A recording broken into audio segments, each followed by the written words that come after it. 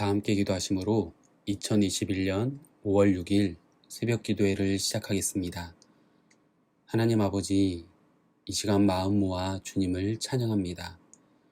우리의 주인 되시고 구주 되시는 주님께서 이 시간 오셔서 임하여 주심으로 우리의 찬양을 들으시고 받아 주시옵소서.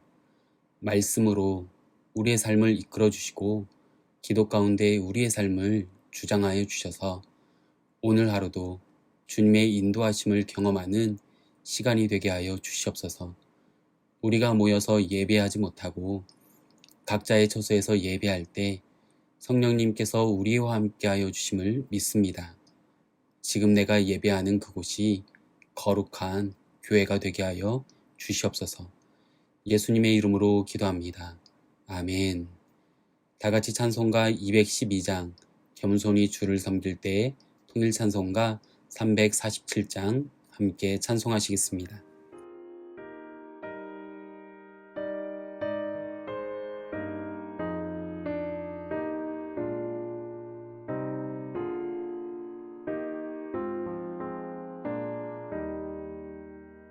겸손히 주를 섬길 때 괴로운 일이 많으나 구주여 내게 힘주사 잘 감당하게 하소서.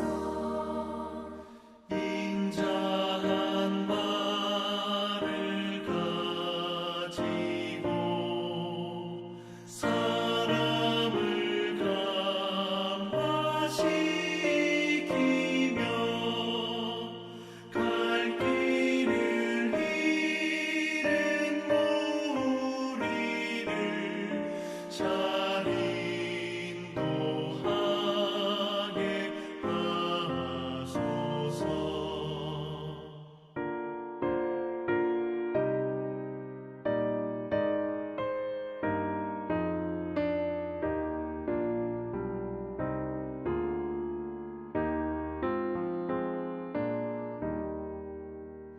구주의 귀한 인내를 깨달아 알게 하시고 굳건한 믿음 주셔서 늘 승리하게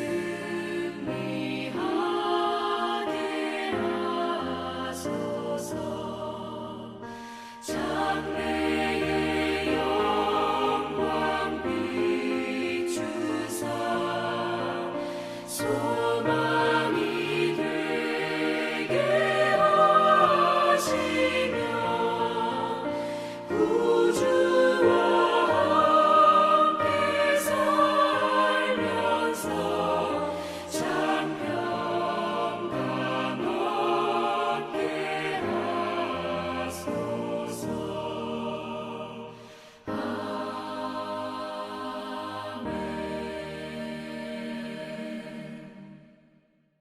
이 시간 하나님께서 우리에게 주시는 말씀은 잠언 3장 1절에서 10절까지의 말씀입니다. 내 아들아, 나의 법을 잊어버리지 말고 내 마음으로 나의 명령을 지키라. 그리하면 그것이 내가 장수하여 많은 해를 누리게 하며 평강을 더하게 하리라. 인자와 진리가 내게서 떠나지 말게 하고 그것을 내 목에 매며 내 마음판에 새기라. 그리하면 내가 하나님과 사람 앞에서 은총과 귀중히 여김을 받으리라. 너는 마음을 다하여 여호와를 신뢰하고 내 명철을 의지하지 말라. 너는 범사에 그를 인정하라. 그리하면 내 길을 지도하시리라. 스스로 지혜롭게 여기지 말지어다. 여호와를 경외하며 악을 떠날지어다. 이것이 내 몸에 양약이 되어 내 골수를 윤택하게 하리라. 내 재물과 내 소산물의 처음 익은 열매로 여호와를 공경하라. 그리하면 내 창고가 가득히 차고 내 포도즙 틀에 새 포도즙이 넘치리라.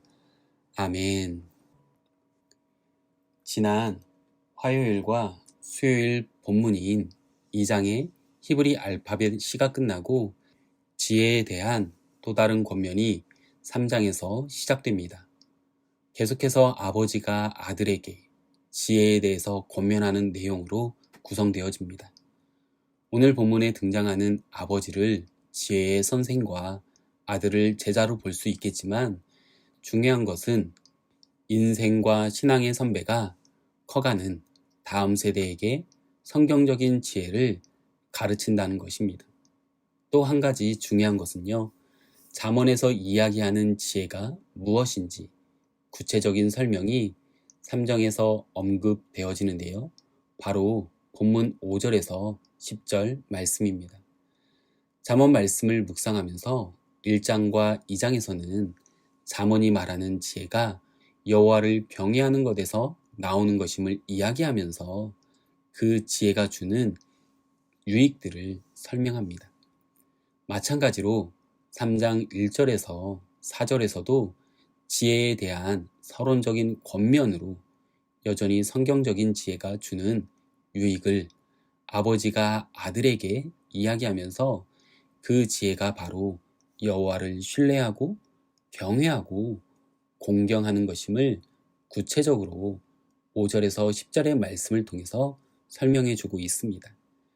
그렇다면 오늘 본문을 통해서 지혜가 주는 유익을 경험하기 위해서 우리는 어떻게 해야 합니까? 첫 번째, 하나님을 신앙하며 경험한 지혜를 전해야 합니다. 본문 1절 말씀입니다. 내 아들아, 나의 법을 잊어버리지 말고 내 마음으로 나의 명령을 지키라. 아버지는 아들에게 권면하는 가운데 나의 법을 잊지 말고 나의 명령을 지키라고 말씀합니다. 여기에서 나의 법과 나의 명령은 같은 것으로서 하나님의 말씀을 의미합니다. 더불어서 또 다른 측면으로는 아버지가 직접 인생을 살아가면서 깨달은 나의 법, 나의 명령으로도 볼 수 있습니다. 잠언 1장 8절의 말씀에 보면 내 아들아, 내 아비의 훈계를 들으며 내 어미의 법을 떠나지 말라 라고 기록하고 있는데요. 마찬가지로 아들에게 지혜에 대해서 이야기하면서 아비의 훈계를, 어미의 법을 떠나지 말라고 합니다.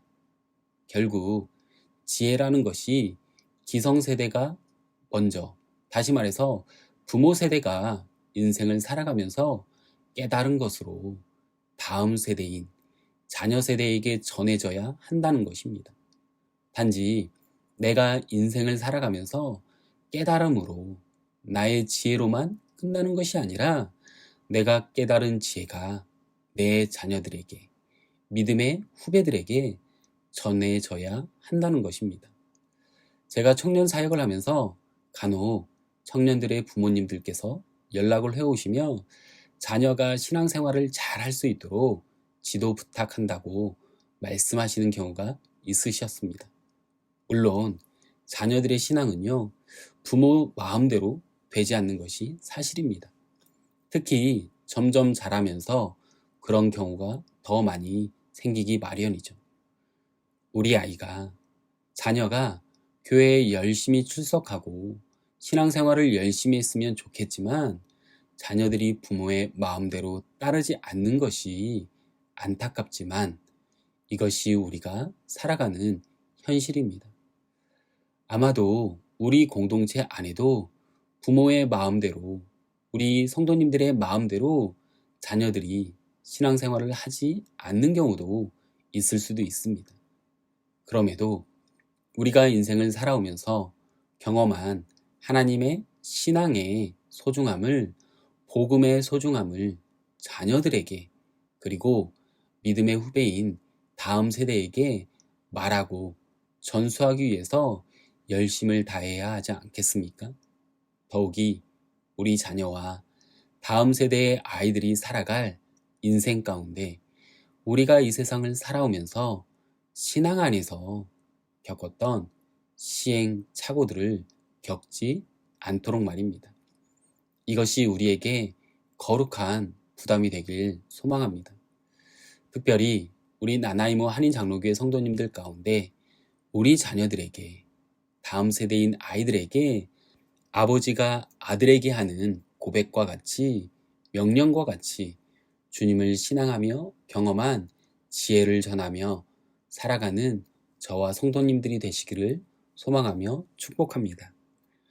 두 번째, 오늘 본문을 통해서 지혜가 주는 유익을 경험하기 위해서 우리는 어떻게 해야 합니까? 하나님의 변치 않는 은혜와 신실하심 가운데 떠나지 않아야 합니다. 본문 3절 말씀입니다.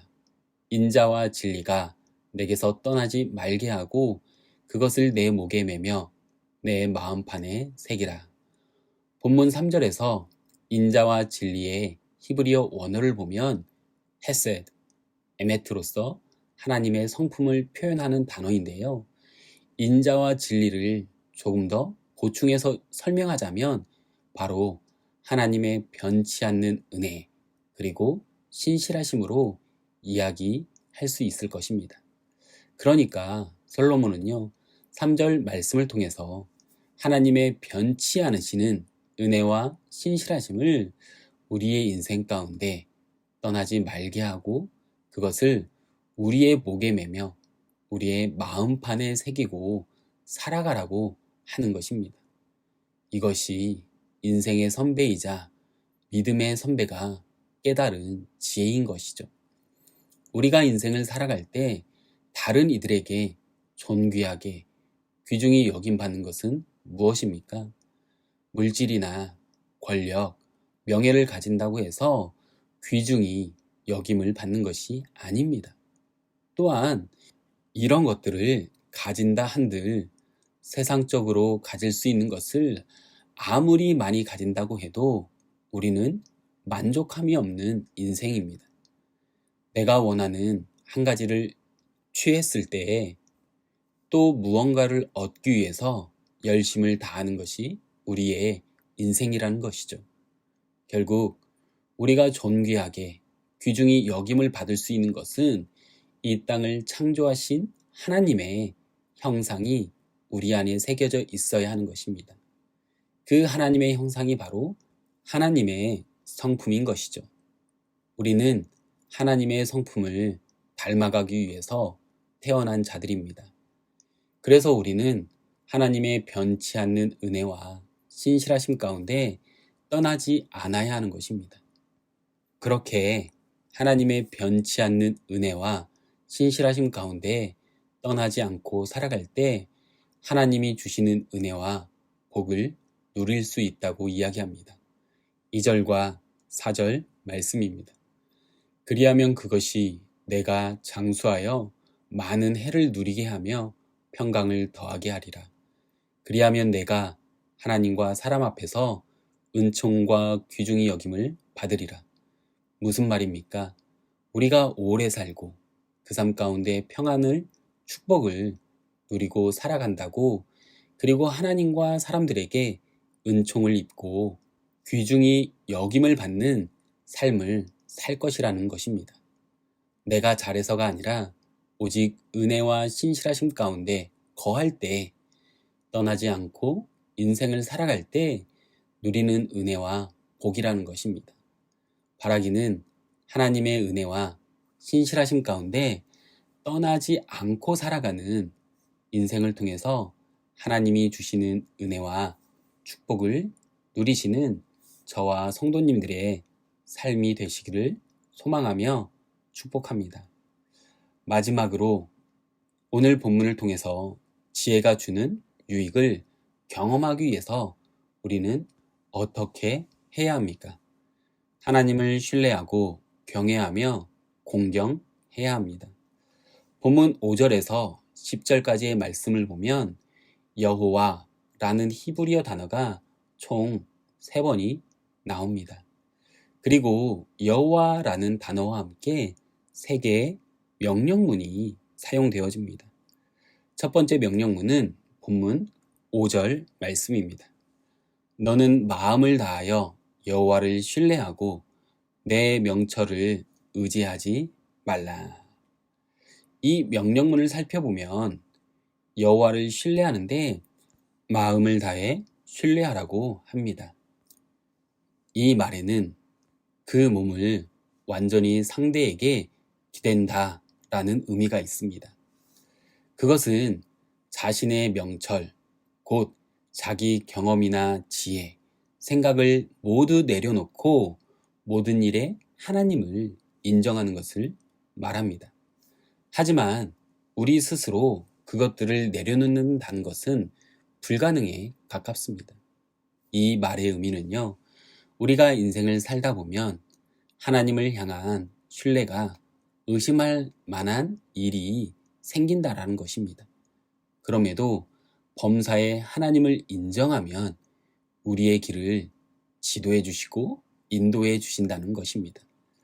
사랑하는 성도님들, 솔직히 인생을 살면서 하나님을 향한 믿음이, 신뢰가 흔들리게 되는 때가 있습니다. 우리가 세상을 살아갈 때 하나님을 신뢰하고 하나님의 말씀을 의지함으로 살아가기보다는 먼저 나의 명철, 다시 말해서 나의 경험과 지혜, 그리고 생각을 더 신뢰할 때가 있습니다. 그래서 하나님께서 우리의 명철, 경험, 생각 등을 내려놓을 수 있는 사건과 환경을 허락하심으로 다시금 하나님의 인도하심을 깨닫게 하심으로 하나님을 신뢰하는 믿음을 우리에게 주시는 것이죠. 두 번째 명령은요, 본문 7절 말씀입니다. 스스로 지혜롭게 여기지 말지어다. 여호와를 경외하며 악을 떠날지어다. 여호와를 경외하라는 것입니다. 그러면 여호와를 경외한다는 것은 무엇일까요? 바로 삶 속에서 하나님을 인정하며 두려워하는 것을 말합니다. 다시 말해서 오늘 본문이 말하는 경외심은요, 하나님이 싫어하시는 죄에서 떠나는 것을 말하는 것입니다. 그럴 때 우리의 삶이 더 건강해지는 은혜와 축복을 누리게 된다는 것입니다. 그리고 마지막 명령문은 무엇입니까? 본문 9절 말씀입니다. 내 재물과 내 소산물에 처음 익은 열매로 여호와를 공경하라. 본문에서 공경하라고 쓰여진 히브리어 원어는 카바드인데요. 예배에 사용되어지는 말로써 하나님을 명예롭게 하라는 것입니다. 결국 내가 가진 것으로 하나님을 명예롭게 하는, 높이는 인생을 살라는 것이죠. 하나님을 높이는 삶은 내가 가진 것이 많을 때만 할 수 있는 것이 아닙니다. 두 렙돈을 헌금하는 과부를 기억하십시오. 많고 적은 것이 중요한 것이 아니라 하나님을 인정하고 하나님을 위해 사용하라는 것입니다. 그러할 때 오히려 더 채워주시고 넘치게 하시는 은혜와 축복을 누리는 것입니다. 바라기는 마음을 다해 여호와를 신뢰하고 경외하며 공경하는 신앙인의 모습으로 살아갈 때에 주님이 주시는 은혜와 축복을 누리는 저와 성도님들의 인생이 되시기를 소망하며 축복합니다. 기도하겠습니다. 하나님 아버지, 예비하신 말씀을 통해 주시는 은혜에 감사드립니다. 우리가 인생을 살아가며 특별히 하나님을 신앙하며 살아가는 우리의 믿음의 여정길 가운데, 우리의 인생 가운데 살아계셔서 역사하심으로 우리가 경험한 하나님을 우리의 자녀들에게, 다음 세대에게 전하며 살아가는 인생이 되게 하여 주시옵소서.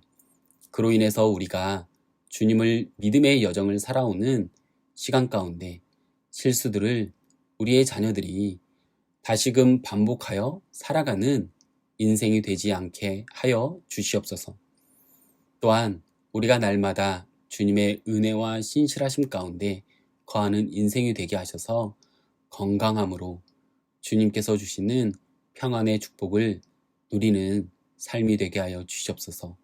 그리고 나의 명철, 지혜, 경험을 의지하는 것이 아니라 하나님을 온전히 신뢰하는 인생이 되게 하시고 하나님을 경외함으로 죄에서 하나님께서 싫어하시는 악을 떠나 예수님의 참 제자의 모습으로 살아가게 하여 주시고 주님만을 높이는 인생이 되게 하여 주시옵소서. 이 모든 말씀 예수님의 이름으로 기도합니다. 아멘. 각자의 처소에서 기도하실 때에 기도하기 원하는 기도 제목을 나눕니다.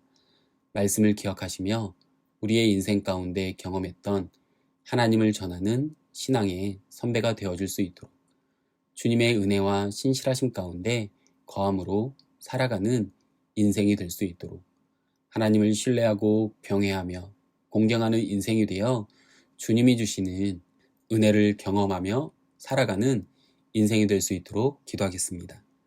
계속해서 기도하실 때 모든 가정마다 그리스도의 사랑과 기쁨이 넘쳐나게 하시고 우리의 자녀들이 복음의 일꾼이자 교회의 일꾼으로 자라날 수 있도록 코로나19로 인해 고통받는 모든 이들에게 하나님의 치유와 회복의 은혜가 흘러갈 수 있도록 기도하겠습니다. 그리고 주보에 나와 있는 중보기도의 제목과 각자의 개인 기도 제목을 위해 함께 기도하겠습니다. 기도하겠습니다.